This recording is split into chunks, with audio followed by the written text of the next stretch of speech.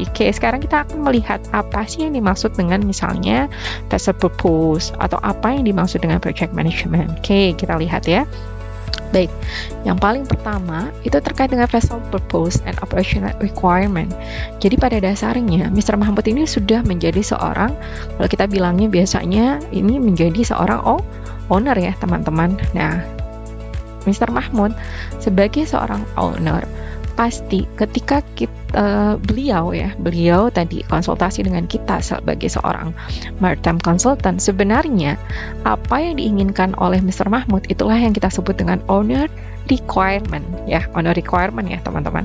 Nah, owner requirement itu apa? Owner requirement itu intinya adalah ya, dia ya memberikan spesifikasi apa sih ya yang ingin dibangun. Contohnya tadi misalnya Mr. Mahmud udah kasih tahu dia pingin kapal yang bisa ngangkut crude oil tadi kan dari offshore platform seperti itu. Nah, jadi sebenarnya kita udah tahu salah satunya seperti itu ya.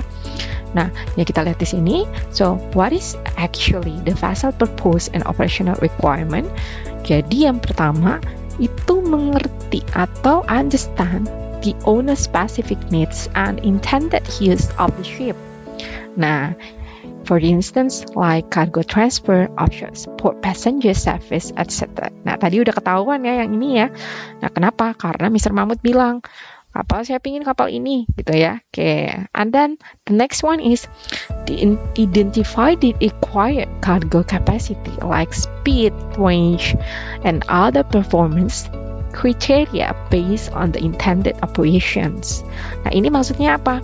Jadi selain tadi ya jenis dari kapal yang ingin dibuat, kita juga melihat atau setidaknya kita membutuhkan meminta informasi tersebut dari Mr. Mahmud.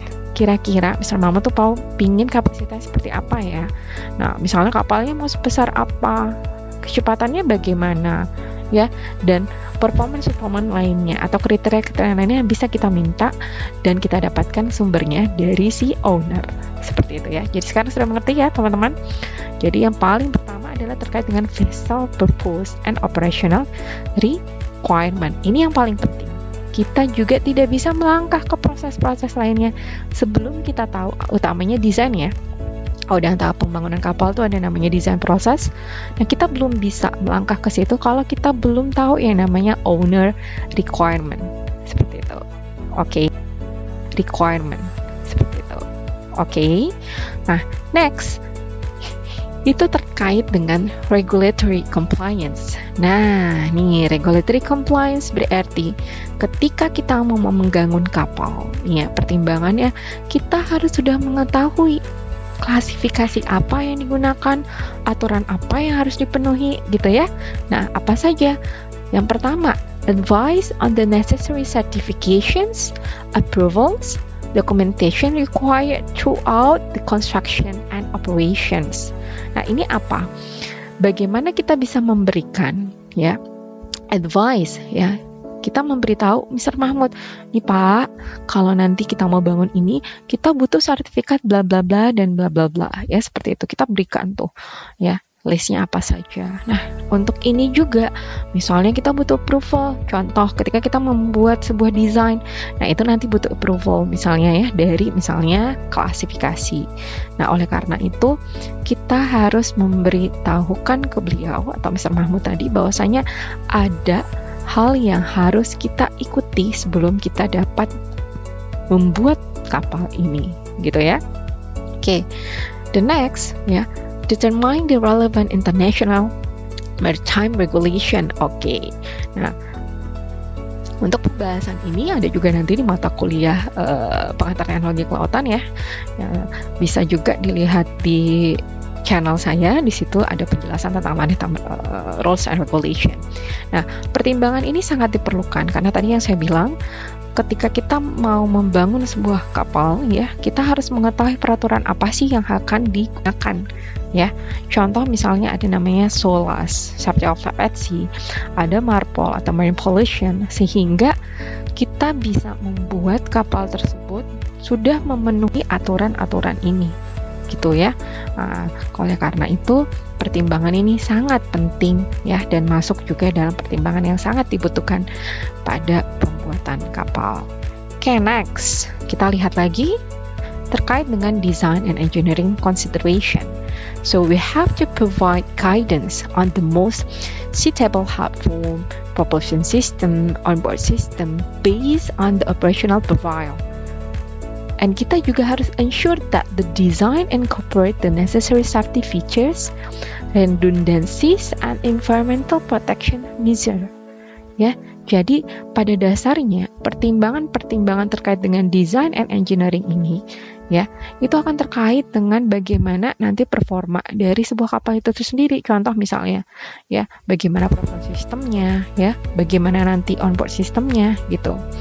Nah, terus kita juga harus mempertimbangkan hull formnya nanti seperti apa ya.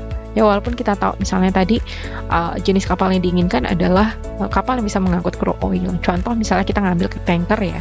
Nah secara tidak langsung hull form juga kita sudah ada gambaran gitu ya. Nah itu yang akan kita transfer apa yang kita ketahui pengetahuan kita tentang hull form, propulsion system, onboard system. Nah kita berikan pertimbangan tersebut kepada Mr. Mahmud. Bahwasanya tahapan ini juga masuk sebagai bahan pertimbangan ya. Nah, selanjutnya itu terkait dengan ini juga salah satu yang sangat-sangat ya harus kita pertimbangkan. Oleh karena itu nanti item shipyard selection ya ini juga masuk di PPL ya. Kenapa? Karena the shipyard selection ini harus kita ketahui dulu bagaimana kita menseleksi galangan yang akan membuat kapal kita ya, seperti itu. Nah, oleh karena itu harus recommend reputable shipyard with the appropriate capabilities and track record for the project. Nah, berarti seorang maritime consultant misalnya, berarti kita harus memberi info kepada beliau ya terkait atau memberikan pertimbangan bahwasanya shipyard yang akan membangun kapal tersebut itu memiliki kapasitas dan juga track recordnya ya untuk project tersebut. Jangan sampai ya memang dari shipyard tersebut nggak ada ya track recordnya untuk membangun kapal yang sejenis. Nah kadangkala owner kan juga bertanya-tanya apakah memang shipyard ini layak mampu untuk membangun kapal saya ya seperti itu. Jadi memang kita harus memberikan pertimbangan ini dengan sebaik-baiknya. Nah, so what else? Advice on the key terms and condition to include in the shipbuilding contract to protect the owner's interest. Jadi memberikan juga apa? Ada nih kondisi-kondisi yang harus dipenuhi. Jadi nanti ada namanya proses kontrak ya. Contracting process, nah itu nanti akan berhubungan dengan shipyard dan juga kita dan owner. Jadi apa saja term-term yang akan dijalani atau disepakati, nah itu akan ada masuk di dalam kontrak. Okay, next itu related the project management. Nah ini juga sangat penting ya. Jadi namanya kita mau membangun kapal ya. Jadi otomatis gimana caranya project management ini harus dilibatkan dalam proses tersebut ya. Even sebelum kita memulai project tersebut. Ingat ya, sebelum memulai project tersebut, project management itu sudah digunakan. Nah, how about that?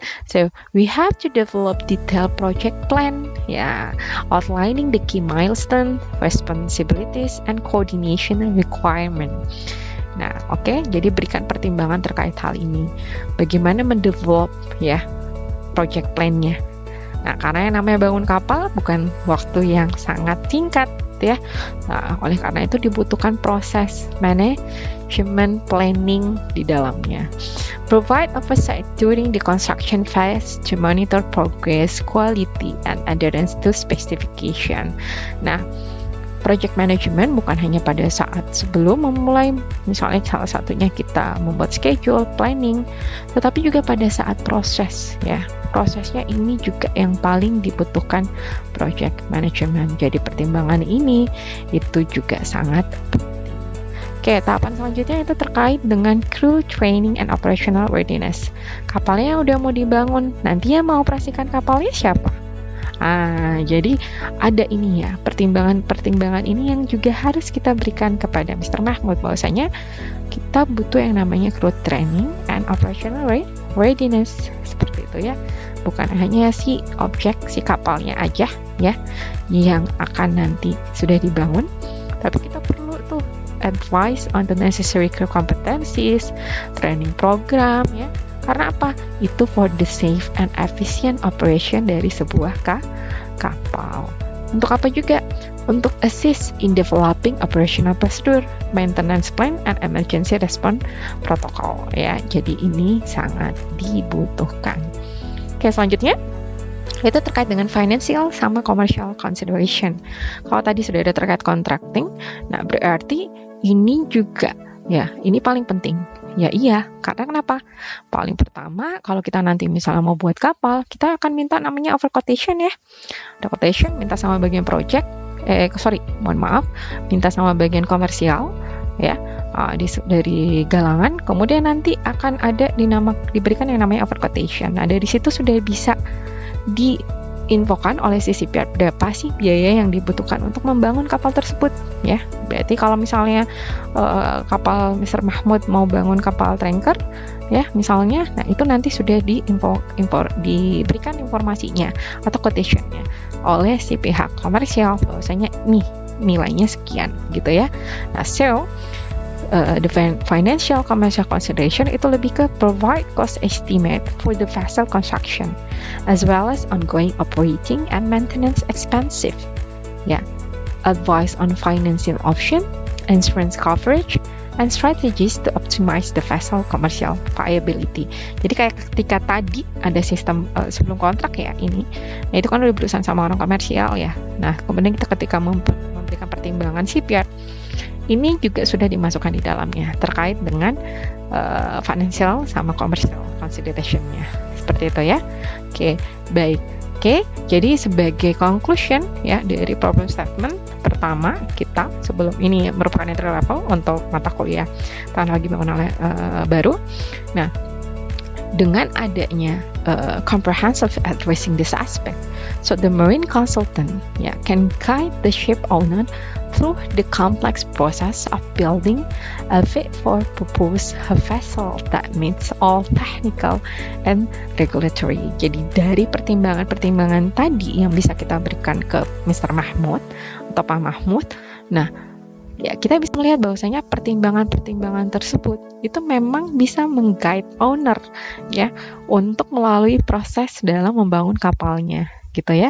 Nah, oleh karena itu teman-teman pastikan tahapan-tahapan tersebut itu sudah terpenuhi ya ketika kita juga mau membangun sebuah kapal. Baik, mungkin itu saja di hari ini. Kalau teman-teman ingin mengetahui lebih lanjut atau lebih lengkap tentang proses dari pembangunan kapal baru, nah itu materinya sudah saya sediakan di e-learning ya. Nah, tinggal nanti silahkan dibaca, kemudian nanti kita bisa discuss lebih lanjut di kelas ya, seperti itu.